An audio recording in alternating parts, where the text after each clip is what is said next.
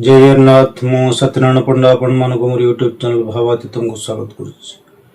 आम समस्ते बेले बेले मन भर चिंता करू जे भगवान केते जन को धनी करिक जन्म करते को गरीब करिक जन्म कर ईश्वर ए बोधे पातर अंतर अटे नाई सज्जन।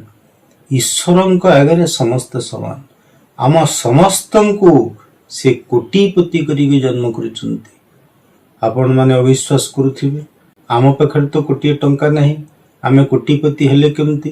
हाँ सज्जन आपण बाटरे जाउचंती आपण को जणे व्यक्ति कहिबो 5 लाख टंका देवी मते तू तो आखिटा दे आपण कदापि देबे नहीं।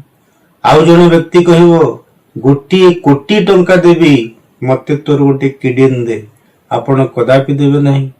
एथिरो प्रमाणित होची ईश्वर आमको जो अंग प्रत्यंग देइचंती ताहार मूल्य नहीं ताहा अमूल्य अटे। तेणु आमको भगवान कोटी कोटी टंकार अमूल्य अंग प्रत्यंग देइचंती तेणु आमे माने समस्ते गोटी गोटी कोटिपति। कथा उठुची प्रश्न उठुची खाली धनवान हो गले हबनी कोटिपति हो गले हबनी बड़ बड़ 5 स्टार भली अपार्टमेंट हो गले हबनी। आम मान को भाग्यशाली हवा को हेले केतोटी गुण आम भीतर रही आवश्यक। केतोटी गुण को यदि भगवान आमको प्रदान करिथिबे ताहले प्रकृत रे आमे कन्फर्म हे जिबा आमे होची भाग्यशाली व्यक्ति। सज्जन एमिति तीनोटी जिनिस अछि जहा आमको भाग्यशाली करि दी भाग्यवान करि दी।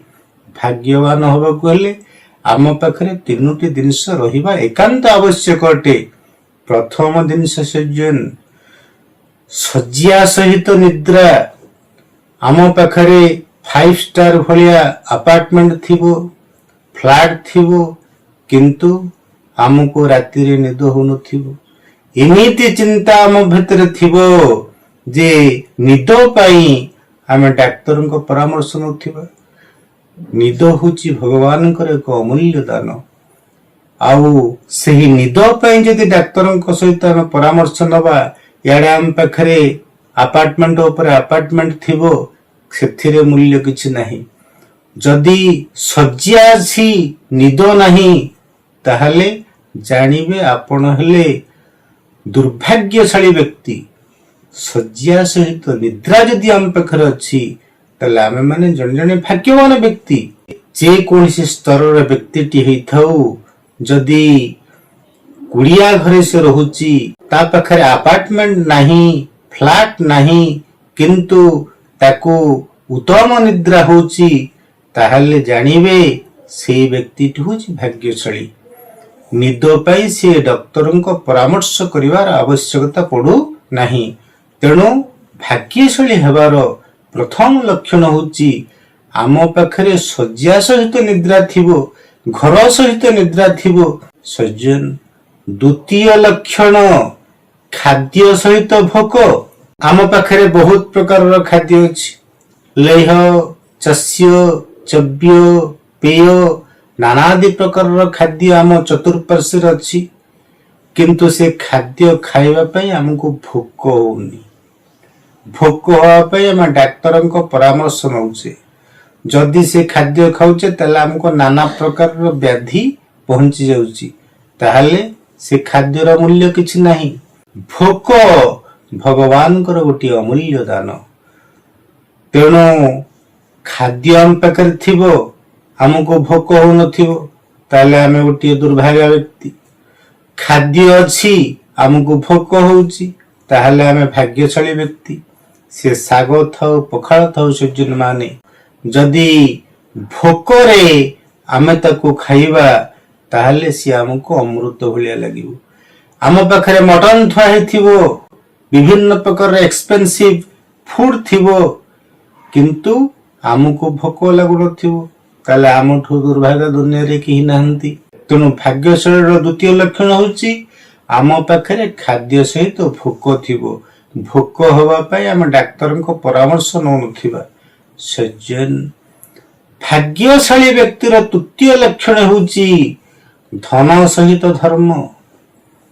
गीताकार कहिले ଧନ ଅର୍ଜନ ଧର୍ମ କରି ଧର୍ମେ ପ୍ରାପତ ନ ହରି।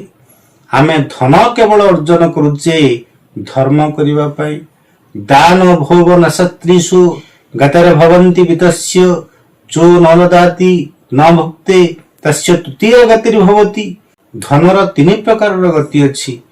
ଦାନ କରିବା, ଭୋଗ କରିବା, ନାଶ ଯିବ। ଯଦି ଆମେ ଦାନ ନ କରିବା, ଯଦି ଆମେ ଭୋଗ ନ କରିବା, ତାହେଲେ ନିଶ୍ଚିତ ରୂପେ ଆମ ଧନ ନାଶ ହେଇଯିବ ସଜ୍ଜନ ମାନେ। ତେଣୁ ଧନ ସହିତ ଧର୍ମର ସମ୍ପର୍କ ମେଣ୍ଢା ବାଳ ସହିତ ଯୋଡ଼ା ତଳର ସମ୍ପର୍କ ଭଳିଆ। ତେଣୁ ସେହି ଧନ ମୂଲ୍ୟବାନ, ଯେଉଁ ଧନ ଧର୍ମ କାର୍ଯ୍ୟରେ ବ୍ୟବହୃତ ହୁଏ। ଆଉ ଧର୍ମର ପ୍ରଥମ ଲକ୍ଷଣ ହେଉଛି ଦାନ କରିବା।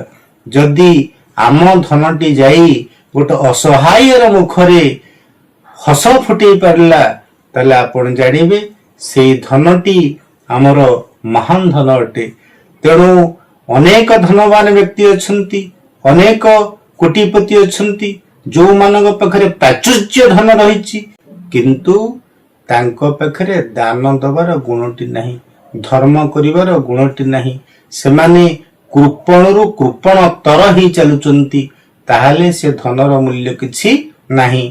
ଧନର କିଛି ଅଂଶ ଆମେ ଦାନ ସ୍ୱରୂପ ବ୍ୟବହାର କରିବା ଉଚିତ, ଯାହା ଫଳରେ କି ଧନ ଉପଯୁକ୍ତ ମାର୍ଗରେ ବ୍ୟବହୃତ ହୋଇପାରିବେ। ମହୁମାଛି ବହୁତ ଚେଷ୍ଟା କରି ଫୁଲରୁ ଫୁଲ ବୁଲି ମଧୁଲବ୍ଧମ ଯଥା ଭୃଙ୍ଗମ ପୁଷ୍ପ ପୁଷ୍ପାନ୍ତରମ ବ୍ରଜେତ, ମଧୁ ସଂଗ୍ରହ କରେ, ତାକୁ ଆଣି ମହୁ ଫେଣାରେ ରଖେ, କିନ୍ତୁ ସଜ୍ଜନ ତାକୁ ସେ ବ୍ୟବହାର କରେନି, ତାକୁ ସେ ଭୋଗ କରେନି। ଯାହା ଫଳରେ କଣ ହୁଏ, ମହୁ ସଂଗ୍ରହ କରୁଥିବା ବ୍ୟକ୍ତିମାନେ ସେ ମହୁ ଭରାକୁ ଆଣି ମଧୁ ସଂଗ୍ରହ କରନ୍ତି। ସେ ମହୁମାଛି ମଧୁକୁ ନିଜେ ବ୍ୟବହାର କରେନି କି ଦାନ ମଧ୍ୟ କରେନି, ଯାହା ଫଳରେ ତା ନାଶ ହୋଇଯାଏ। ତେଣୁ ଧନକୁ ଆମେ ଉପଯୁକ୍ତ ଭାବରେ ବ୍ୟବହାର କରିବା ଉଚିତ। ତେଣୁ ସେହି ବ୍ୟକ୍ତି ଭାଗ୍ୟଶାଳୀ, ଯେଉଁ ବ୍ୟକ୍ତି ଧନବାନ ସହିତ ଧର୍ମାତ୍ମା ହେଇଥିବ, ନିଜର ଧନକୁ ଧର୍ମ କାର୍ଯ୍ୟରେ ବ୍ୟବହାର କରୁଥିବ, ନିଜର ଧନକୁ ଦାନ ରୂପକ ମହାନ କାର୍ଯ୍ୟରେ ବ୍ୟବହାର କରୁଥିବ। ତେଣୁ ସେ ହଉଛି ଗୋଟିଏ ଭାଗ୍ୟଶାଳୀ ବ୍ୟକ୍ତି। ତେଣୁ ଏହି 3ଟି ଗୁଣ ଯାହା ପାଖରେ ଥିବ, ସିଏ ପ୍ରକୃତ ଭାଗ୍ୟଶାଳୀ। ସେ ଗରିବ ହଉ, ସେ ଧନୀ ହଉ, ସେ ମଧ୍ୟବର୍ତ୍ତୀ ଶ୍ରେଣୀର ଲୋକ ହଉ। ତେଣୁ ଏ 3ଟି ଗୁଣକୁ ଆହରଣ କରିବା ପାଇଁ ଭଗବାନଙ୍କର ଆଶୀର୍ବାଦ ଦରକାର। ତେଣୁ ଯେତେବେଳେ ଆମେ ପ୍ରଭୁଙ୍କ ମନ୍ଦିରକୁ ଯିବା, ସେତେବେଳେ ଆମେ ଈଶ୍ୱରଙ୍କୁ ପ୍ରାର୍ଥନା କରିବା ଦରକାର, ପ୍ରଭୁ ମତେ ସେ 3ଟି ଗୁଣ ଦିଅନ୍ତୁ, ମୁଁ ଭାଗ୍ୟଶାଳୀରେ ଯେମିତି ପରିଗଣିତ ହେବି, ମୋ ଜୀବନ ହସ ଖୁସିରେ ଭରିଯିବ, ମୋ ଜୀବନ ସରସ ସୁନ୍ଦର ସୁଖମୟ ହେଇଯିବ। ମତେ ଆପଣ ସେହି 3 ଗୁଣର ଅଧିକାରୀ କରି ଭାଗ୍ୟବାନ କରିଦିଅନ୍ତୁ। ପ୍ରକୃତରେ ସଜ୍ଜନ ଜୀବନ ଦର୍ଶନକୁ ଆମେ ଯଦି ଗ୍ରହଣ କରିଯିବା, ତାହେଲେ ନିଶ୍ଚିତ ରୂପେ ଆମ ଜୀବନ ମଧୁମୟ ହେଇଯିବ। ସର୍ବଶେଷରେ ପ୍ରଭୁ ଶ୍ରୀ ଜଗନ୍ନାଥଙ୍କର ପାଦ ପଦାରବିନ୍ଦରେ ନିଜକୁ ସମର୍ପଣ କରି ତାଙ୍କର ଆଶୀର୍ବାଦ କାମନା କରି ଆଜିର ଅଧ୍ୟାୟକୁ ଏଠି ରଖିବା। ତ ସଜ୍ଜନ ଆଜି ପାଇଁ ଏତିକି। ଆପଣମାନଙ୍କୁ ଯଦି ଭିଡ଼ିଓଟି ଭଲ ଲାଗିଥିବ, ନିଶ୍ଚିତ ରୂପେ ଲାଇକ୍, ସେୟାର, କମେଣ୍ଟ ଏବଂ ସବସ୍କ୍ରାଇବ କରିବେ ବୋଲି ମୋର ଆଶା ବିଶ୍ୱାସ। ଆପଣଙ୍କର ପ୍ରତ୍ୟେକ ଲାଇକ୍, କମେଣ୍ଟ, ସେୟାର ଏବଂ ସବସ୍କ୍ରାଇବ ମୋ ପାଇଁ ଗୋଟିଏ ଆଶୀର୍ବାଦ ଶୀର୍ଷ। ଜୟ ଜଗନ୍ନାଥ।